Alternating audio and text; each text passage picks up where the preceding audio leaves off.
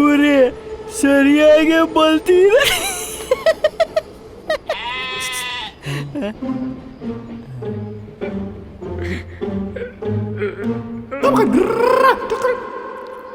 ಸಾರಿ ಮಗ, ಆ ಕುರಿ ನೀನೇ ಅನ್ನೋದು ಮರೆತುಬಿಟ್ಟಿದೆ. ಹರ್ಟ್ ಆಯ್ತಲ್ಲ, ನನಗೂ ಹರ್ಟ್ ಆಯ್ತು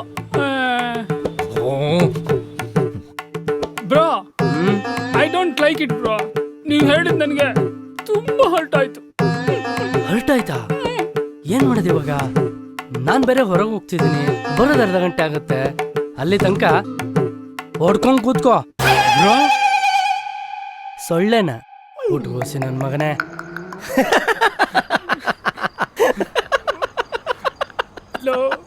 ಮೊದಲು ನೀನು ಚಟ್ನಿ ಹಾಕೋಣ. ನನಗೆ ಎರಡೇ ಕಣ್ಣಿರೋದು, ಮೊದಲೇ ನೋಡ್ತಿದ್ದೀನಿ. ಸಾರಿ ಮಗ.